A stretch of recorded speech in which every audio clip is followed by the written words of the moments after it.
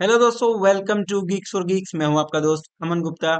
और आज हमारा होने वाला है स्लाइडिंग विंडो का डे 8। एक बहुत ही फेमस और इंटरव्यू के लिए बहुत ही फेमस प्रॉब्लम का जिक्र करने वाला हूं, that is length of longest सब स्ट्रिंग। बहुत जगह पूछे जाने वाली ये प्रॉब्लम है और बहुत अच्छी, और इससे आप काफी कुछ सीखने वाले हैं। हमारे पास एक स्ट्रिंग है, हमें बतानी है लेंथ ऑफ लॉन्गेस्ट सब स्ट्रिंग। अगेन एक ऐसी विंडो हमें फाइंड करनी है जो सबसे लॉन्गेस्ट है और उसमें रिपीटिंग कैरेक्टर्स नहीं है, without repeating characters. Let's see, let's see.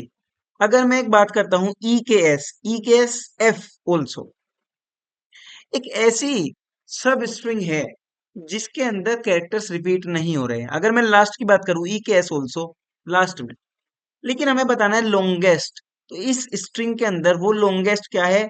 E के S F O R G, उसकी लेंथ बतानी है 7।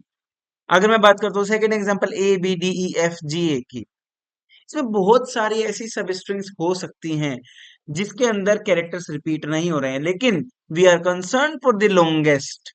तो लेट्स सी, अगर मैं बात करता हूँ A B D E F G तक, क्या मेरे पास एक ऐसी सब स्ट्रिंग है जिसमें कैरेक्टर रिपीट नहीं हो रहे हैं? यस।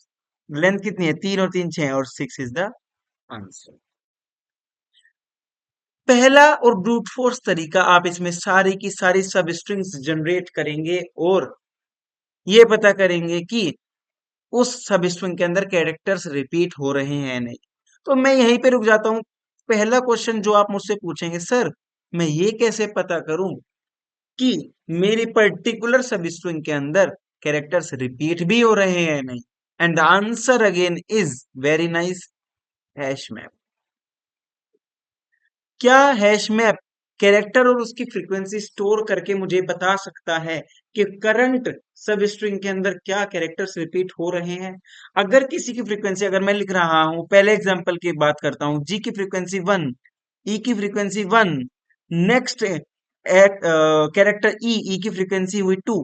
जहां कहीं इस कैरेक्टर की फ्रीक्वेंसी बढ़ के 1 से 2 हो गई, वहीं पे मुझे पता चल गया कि I am in a window इसमें मेरी फ्रीक्वेंसी रिपीट हो रही है। और क्या ये मेरी इनवैलिड विंडो होने वाली है? Yes, definitely. वैलिड विंडो क्या है? जिसमें हर एक कैरेक्टर की फ्रीक्वेंसी ओनली ओनली 1 है, विदाउट रिपीटिंग कैरेक्टर्स।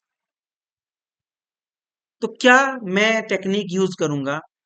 मैं आई और जे को जीरोथ इंडेक्स पे रख के और जे इंडेक्स की मदद से एक्सपेंड करूंगा अपनी विंडो को, जैसे हम हर क्वेश्चन में करते आते हैं, और उसको अपने एक हैश मैप में स्टोर करूंगा। और फिर देखूंगा क्या वो उसकी करंट एलिमेंट की फ्रीक्वेंसी ग्रेटर देन 1 हो रही है। अगर वो ग्रेटर देन 1 हो रही है, मतलब मैं अब इनवैलिड विंडो में हूं। तो मुझे क्या करना है? Let's see with this first example, Geeks for Geeks, हम एग्जांपल को यूज करते हैं, जी डबल ई के एस, जी डबल ई के एस। और एक बार मैं इंडेक्सिंग भी कर देता हूं थोड़ी सी इजीनेस के लिए, 0 1 2 3 4 5 6 7 8 9। तो सबसे पहले तो मुझे फ्रीक्वेंसी चेक करने के लिए एक मैप चाहिएगा जिसका नाम मैं एमपी रख देता हूं। Initially it is empty. I को मैंने यहां पे रखा, जे को मैंने यहां पे रखा जीरो इंडेक्स पे, because it is a variable size window question, if you know. ठीक है सर। जे की मदद से मैंने जी को मैप में कर दिया स्टोर, और मैं देखूंगा क्या करंट एलिमेंट की फ्रीक्वेंसी सर ग्रेटर देन 1 है? नहीं। That means I am in a valid window. और मैं फिर से रिमाइंड करा देता हूं, विंडो आई टू जे होती है और विंडो का size J minus I plus 1 होता है। ये मैंने बहुत अच्छे तरीके से आपको इंट्रोडक्शन वीडियो में समझाया था। फिर मैं जे को करूंगा प्लस प्लस, और ई की फ्रीक्वेंसी अब की बार इस मैप के अंदर कर दूंगा 1। हाँ, एक स्टेप और, सॉरी। जब मैं इस वैलिड विंडो में हूं आई टू जे, तो मेरा एक आंसर वेरिएबल होने वाला है, एक answer variable, let me right it here. और इनिशियली इट वाज 0। मैप का साइज, सॉरी, मैप के अंदर जब मैं आई टू जे जीरो इंडेक्स पे था, तब मुझे इसमें स्टोर करना था 1। और अब मैं बढ़ चुका हूं तो मेरी वैलिड विंडो आ चुकी है 2 साइज की, बिकॉज ई की फ्रीक्वेंसी भी 1 ही है।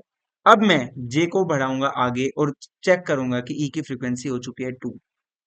तो क्या मैं इनवैलिड विंडो में हूं? यस, बिल्कुल, क्योंकि ई की फ्रीक्वेंसी हो चुकी है 2। और अगर मैं इनवैलिड विंडो में होता हूं, दैट मीन्स मुझे अपने आंसर को अपडेट नहीं करना है, मुझे विंडो को कॉन्ट्रैक्ट करना है। सब क्वेश्चंस में मैं आपको इसी ही एक रूल से सिखाने की कोशिश कर रहा हूं, एक पर्टिकुलर रूल जनरेट किया है। अब मैं जी की फ्रीक्वेंसी को यहां से कर दूंगा गायब। अब जब जी की फ्रीक्वेंसी 1 से 0 हो चुकी है तो मुझे उसको मैप से कर देना है इरेज, और आई को कर देना है प्लस प्लस। लेकिन फिर भी क्या मुझे कुछ फायदा हुआ? अभी तक नहीं। मैं फिर भी इनवैलिड विंडो में हूं, क्योंकि मुझे एक कैरेक्टर की फ्रीक्वेंसी 2 की 2 ही रह गई। अब मैं फिर से कॉन्ट्रैक्ट करूंगा, आई से ई की फ्रीक्वेंसी को 1 कर दूंगा, आई को कर दूंगा प्लस प्लस। क्या सर अब मैं एक वैलिड विंडो में हूं? डेफिनेटली, डेफिनेटली, बिकॉज मैप के हर कैरेक्टर की फ्रीक्वेंसी 1 हो चुकी है और आई जे कैरेक्टर इक्वल है। विंडो साइज निकालेंगे, जे माइनस आई प्लस 1 1। क्या मुझे आंसर अपडेट करना चाहिए? बिल्कुल नहीं, बिकॉज मेरे आंसर के अंदर 2 है और पहले, और अब मुझे 1 मिल रहा है और मुझे चाहिए लॉन्गेस्ट विंडो। तो जे को करेंगे एक्सपेंड, के की फ्रीक्वेंसी को मैप के अंदर कर देंगे 1। नाइस। क्या मैं अब वैलिड विंडो में हूं? बिल्कुल। अगर मैं वैलिड विंडो में हूं तो मैं विंडो का साइज निकाल के आंसर में स्टोर करने की कोशिश करूंगा, अगर वो मैक्सिमम है तो। अब विंडो का साइज क्या है? J minus I plus 1 3 minus 2 plus 1 2। 2 is already in my answer. Increase करेंगे जे, एस की फ्रीक्वेंसी सर कर दीजिए 1। क्या मैं वैलिड विंडो में हूं? श्योर। क्या मेरी विंडो साइज है 3, तो क्या मुझे आंसर को अपडेट करके कर देना है 3? यस। अगेन जे प्लस प्लस, जी की फ्रीक्वेंसी सर मैप में आप कर दीजिए 1। वाओ। क्या मैं एक वैलिड विंडो में हूं? यस, बिल्कुल हूं। क्या मेरा विंडो साइज है सर 4? अपडेट करेंगे अपने आंसर को 4 से। अगेन जे इंक्रीज करा और ई की फ्रीक्वेंसी इस बार हो गई है 2।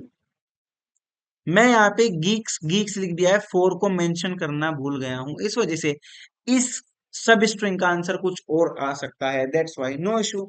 हम इसका ही गीक्स गीक्स का maximum length substring find कर लेंगे। ई की फ्रीक्वेंसी जब हो गई है 2, आप स्टेप्स पे ध्यान देंगे क्या मैं करने वाला हूं। ई की फ्रीक्वेंसी हो गई है जब 2, दैट मीन्स मैं एक इनवैलिड विंडो में हूं, और जब भी मैं एक इनवैलिड विंडो में होता हूं तो मुझे विंडो को करना होता है कॉन्ट्रैक्ट। कॉन्ट्रैक्ट कैसे करेंगे? आई की मदद से ith एलिमेंट की फ्रीक्वेंसी को फिर से घटा देंगे और आई को कर देंगे प्लस प्लस। अब क्या मैं एक वैलिड विंडो में हूं? Yes sir, definitely sir. अब क्या मैं विंडो का साइज कैलकुलेट करूंगा? 6 minus 3 plus 1 4। 4 is already there. Again expand the window, J is at E, E की फ्रीक्वेंसी बढ़ा के कर दी है 2। जब ई की फ्रीक्वेंसी बढ़ के हो गई है 2, क्या मैं एक इनवैलिड विंडो में हूं फिर से? ओहो, यस सर। तो अब मुझे क्या करना है? आई को बढ़ाना है जब तक कि मेरी वैलिड विंडो नहीं हो जाती है। ith कैरेक्टर के है, के को मैप से करेंगे 0 0, मतलब इरेज। इरेज हुआ तो आगे बढ़ेंगे आई की मदद से, कहेंगे भैया आप आगे जाएंगे।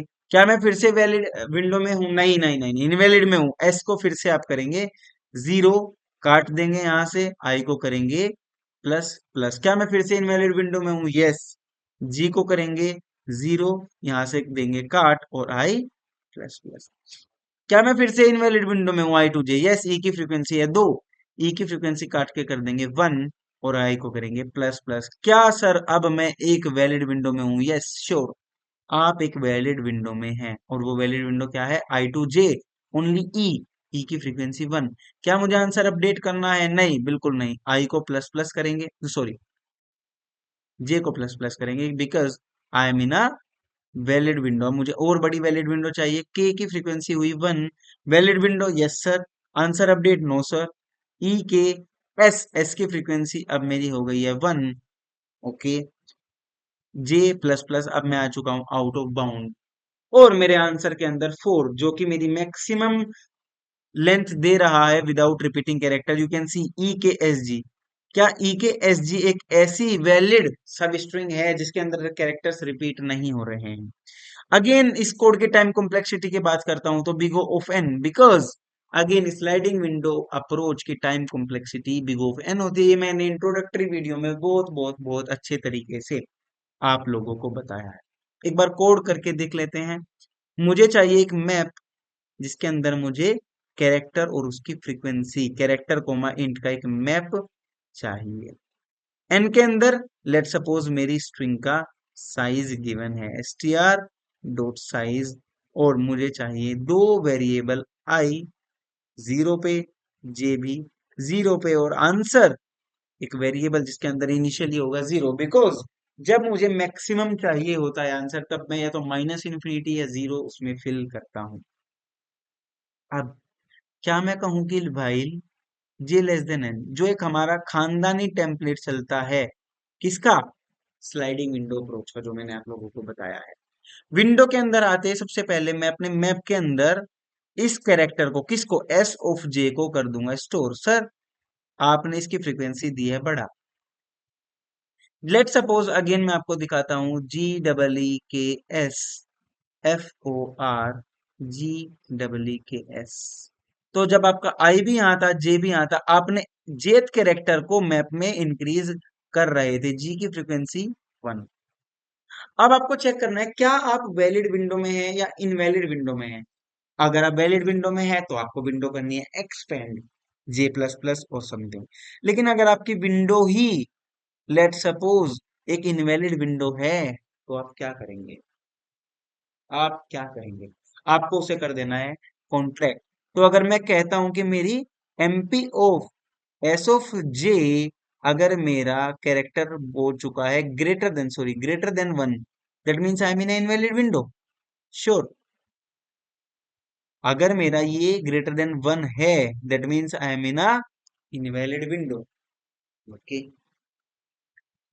अगर मैं इनवैलिड विंडो में होता हूं तो मतलब मुझे एमपी ऑफ एस ऑफ आई को डिक्रीज करना होता है, बिकॉज मुझे इस आईएथ कैरेक्टर को इस मैप से गायब करके आई को बढ़ाना होता है। ओके सर, लेकिन आई को बढ़ाने से पहले मैं ये भी चेक कर लूं कि क्या मेरी एमपी ऑफ एस ऑफ आई 0 हो चुका है। एमपी ऑफ एस ऑफ आई अगर मेरा हो चुका है 0, तो मुझे कर देना है एमपी डॉट इरेज, क्योंकि मुझे उसको मैप में अब नहीं रखना है sir, I want to erase it, S of आई।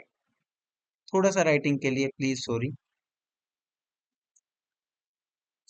यहाँ पे क्या आएगा, एक वैलिड विंडो, वैलिड विंडो क्या होती है मेरी, I less than equals to J. Surely मैं वैलिड विंडो में हूं और MP of F J greater than 1 है, मतलब मैं एक इनवैलिड विंडो में हूं, तब मुझे कॉन्ट्रैक्ट करना। इसके बाद व्हाइल लूप के बाद डेफिनेटली मैं एक वैलिड विंडो में होने वाला हूं, तब मैं कहूंगा कि आंसर के अंदर मेरा मैक्सिमम आ जाए, किसका, या तो मेरी आंसर का या फिर current window that is J minus I plus 1। मैं कितनी बार आप लोगों को बता चुका हूं, मेरी करंट विंडो का मैक्सिमम अगर होगी तो वो आंसर में आ जाएगी। उस लूप के बाद मैं इसको रिटर्न कर देने वाला हूं आंसर।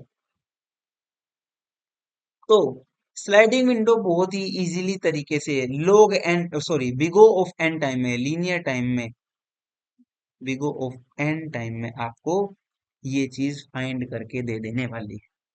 तो चलिए थोड़ा कोड करके आप लोगों को इसको दिखा देते हैं। और length of longest substring, सबसे पहले मुझे कैलकुलेट करनी है length int n equals to s dot size. Okay, after that map, मैं अनऑर्डर मैप बनाना चाहूंगा बिकॉज यहाँ पे मुझे लीनियर किसी ऑर्डर में स्टोर नहीं करना है। अनऑर्डर मैप बना, एक आई वेरिएबल जो कि 0 पे रहेगा, जे 0 पे रहेगा, क्योंकि ये एक वेरिएबल साइज विंडो का अगेन क्वेश्चन होने वाला है, आंसर वेरिएबल 0। अगर लेट्स सी किसी चीज की हमें जरूरत पड़ेगी तो हम इसको कर लेंगे। नाउ सबसे पहले मुझे एमपी के अंदर अपने एस ऑफ जे को स्टोर कर लेना है और चेक करना है क्या मैं इनवैलिड विंडो में हूँ। इनवैलिड विंडो मतलब आई लेस देन इक्वल्स टू जे होना चाहिए। और अगर मेरा एमपी ऑफ एस ऑफ जे अगर मेरा ग्रेटर देन 1 है दैट मीन्स मैं एक इनवैलिड विंडो में हूँ। अगर मैं इनवैलिड विंडो में हूँ तो विंडो को कॉन्ट्रैक्ट करेंगे, मतलब मैप से एस ऑफ आई की फ्रीक्वेंसी को घटाएंगे। अगर वो 0 हो चुका है तो उसको इरेज भी करेंगे। एमपी ऑफ एस ऑफ आई 0 अगर हो चुका है तो एमपी डॉट इरेज, मुझे उसको इरेज भी कर देना है। किसको? एस ऑफ आई को, लेफ्ट मोस्ट एलिमेंट को, देन आई प्लस प्लस। अब इस लूप के बाद मैं डेफिनेटली एक वैलिड विंडो में होने वाला हूं, तो वैलिड विंडो का मतलब है मुझे मैक्सिमम स्टोर करना है सर अपने आंसर में। और मैक्सिमम क्या है? या तो आंसर का या फिर करंट विंडो का। करंट विंडो मतलब जे माइनस आई प्लस वन। इसके बाद रिटर्न आंसर। लेट्स सी कि क्या ये कोड काम करता है। एग्जैक्टली टेस्ट केसेस पास हुए हैं। अब देखते हैं कि सारे टेस्ट केस मेरे रन हो रहे हैं या नहीं। ओके, सारे टेस्ट केस बहुत अच्छे तरीके से पास हो गए हैं। आई होप कि ये अप्रोच आप लोगों को समझ आई होगी और आप कंप्लीट प्लेलिस्ट को शुरू से फॉलो कर रहे होंगे विद डे वन से, with introduction to some basic question. फिर आप अच्छे अच्छे इंटरव्यू क्वेश्चन हम इसमें कर रहे हैं। बने रहिएगा गीक्स और गीक्स प्रैक्टिस पे दोस्तों हमारे साथ, और कीप कोडिंग कीप लर्निंग। मिलते हैं नेक्स्ट वीडियो में।